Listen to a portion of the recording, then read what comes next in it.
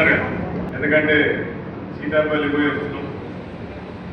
నాతో పాటు మా నాయకులు కూడా వచ్చి సీతాపల్లిలో ఆడ కూడా మహిళా భవనం ఓపెన్ చేసి వస్తున్నాం. మరి పోయినసారి ఇంతకుముందు మేడం చెప్పినట్టు సార్ చెప్పినట్టు మహిళా సమైక్య నుంచి మన ప్రభుత్వం వచ్చిన తర్వాత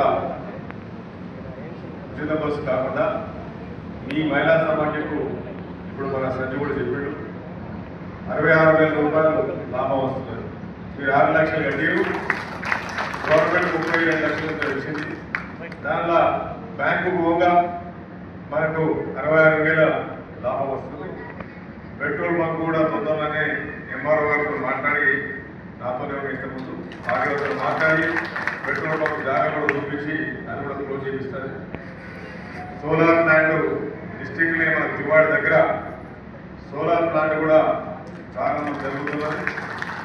మరి పోయిన సంవత్సరం నాకు బాగా గుర్తున్నది, ఆ రోజు మీరు లింగంపేటలో మన పెద్ద ప్రోగ్రాం చేసుకున్నాం, మహిళా ప్రోగ్రాం సమాఖ్య. ఆ రోజు నేను మీకు స్టేజ్ మీద ఒక తమ్ముడుగా ఒక అన్నగా నేను, ఎందుకంటే నేను ఇంటింటికి గడప గడప తిరిగిన, ఎందరూ తెలుసు, ఇళ్ళకి వచ్చిన ప్రతి తల్లికి తెలుసు, బిడ్డలు ఇచ్చిన గుర్తుపట్టిన. ఆ రోజు మహిళలకు నేను చేమి చెప్పిన, మీరు సంఘాలున్నాయి చాలా గ్రామాల నేను తిరిగిన.